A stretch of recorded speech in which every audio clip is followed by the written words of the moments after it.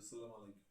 আসলে আগামী নির্বাচন নিয়ে আমার যেটা পয়েন্ট সেটা হলো আমি অ্যাপসের মাধ্যমে মোবাইলে ভোট দিতে চাই।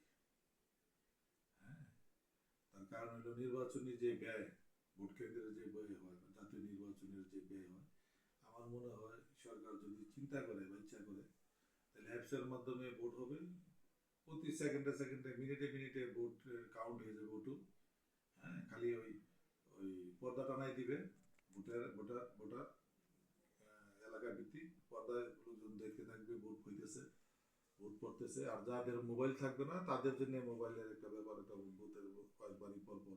আর না থাকার কিছু নাই তো, গ্রামের প্রতিটা বাড়ির কোনো না কোনো ঘরে মোবাইল আছে, পাশের বাড়ি তো আছে, যাই বসবে যায় এনআইডি কার্ড নিয়ে যাবে, যার যার কার্ড দিয়ে মোবাইল দিবে, ভোট দিবে। এনআইডি কার্ডের নাম্বারে হ্যাঁ দেয়া, ফিঙ্গারপ্রিন্ট দিয়ে দিয়ে ভোট দিবে। একজন মানুষ তো ফিঙ্গারপ্রিন্ট থাকবে ভোটের ইয়াতে অ্যাপসের মাধ্যমে ভোট হবে। এইভাবে যদি ভোট হয় তাহলে ভোটের ভয়ভীতি নাই, মাস্তানি নাই, চাঁদাবাজি নাই। আমার মনে হয় অনেক কেন্দ্রে ওই মাস্তানদের দৌরাত্মা থেকে যাবে। হ্যাঁ, কারে ভোট দিব না দিব না ভোটের রেজাল্টের উপরে খবর অনেকে হুমকি দামকি দেয়।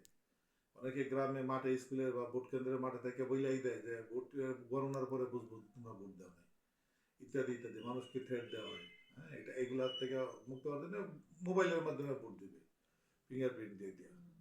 ধন্যবাদ।